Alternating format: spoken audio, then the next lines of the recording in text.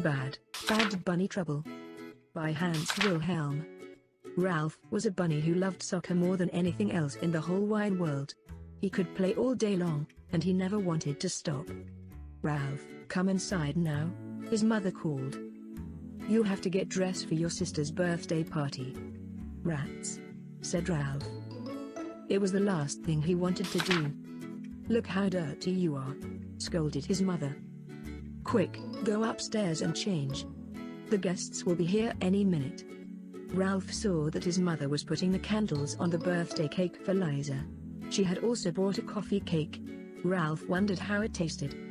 Ralph was still angry at having to leave his soccer game. "This party would be more fun if we could just play soccer instead of sing stupid songs," he grumbled. "We'll probably play stupid musical chairs or pin the stupid tail on the stupid donkey." Ralph took his time getting ready. He was the last one to join the party. After everyone sang "Happy Birthday," Ralph's mother was ready to cut the cakes. Ralph said, "I want a piece of coffee cake." "No, you can't have coffee cake," said his mother. "It's for grown-ups. The birthday cake is for the children." "But I don't want birthday cake. I want coffee cake," Ralph cried and stomped his feet. "No," his mother said again. Ralph was so angry, he could not control himself. He did something awfully horrible. "If I can't have it, then nobody can," he said, and he spat the cake. That did it. Now Ralph was in bad trouble. "Ralph, how could you?" his mother gasped. "Up to the attic, this instant. I'll deal with you later." Ralph's cheeks were burning as he stomped up to the attic. But he really didn't mind. The attic was the workshop where the rabbits decorated Easter eggs. It was a nice big room, just perfect for working on his fancy footwork. Suddenly Ralph heard horrifying screams outside, and from the distance come terrifying chant. "Tasty bunnies, bop, bop, bop, are delicious in the pot. Simmered, boiled, or as a stew. Watch out. Here we come for you." Looking out the window, Ralph saw 3 large, savage foxes. Now everyone was in bad trouble. Downstairs there was great trembling and crying. The rabbits locked the windows and bolted the doors. Then they all went down into the cellar, which was the safest place. In all the commotion, everyone forgot about Ralph. Ralph had to think fast. He picked up a big basket of eggs, and threw them out the window. When the attacking foxes came running, they slipped and slid and skidded and toppled and crashed into each other in the gooey mess of broken eggs. The foxes were not ready for this. Badly bruised and covered with slimy egg whites, they looked up and saw Ralph laughing in the attic window. They whispered among themselves and then disappeared into the bushes. Soon the 3 foxes returned with a long ladder. They started to climb up to the attic window. But Ralph was prepared. He had lined up all the pails of Easter egg dye, and one by one he dumped them all over the foxes, first yellow, then blue, then violet, and finally a big pail of bright red dye. This was too much for the foxes. Grumbling, they slunk back into the bushes. "Victory!" cried Ralph, and he kicked his soccer ball across the room. But in the next moment, Ralph heard and felt heavy thumps.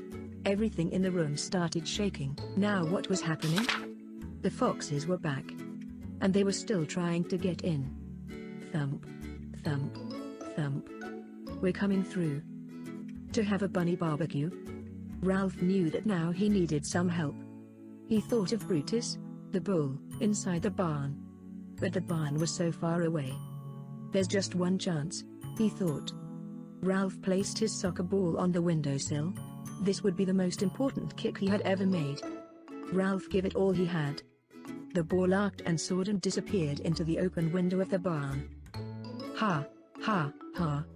You missed us," laughed the foxes, and they gave the door another big thump. Inside the barn, the animals were enjoying their afternoon snooze when the ball sailed through the window. It bounced off the rooster's tail. "Yike-a-doodle-doo," he cried as the ball headed for the hen. "Squawk!" cried the startled hen, who accidentally laid an egg, which dropped on the pig and made her little piglet squeal with laughter. They giggled so hard that they knocked over the milk can. Milk splashed all over the billy goat. Shaking and trying to kick himself dry, The goat woke up the sheep and scared them so much.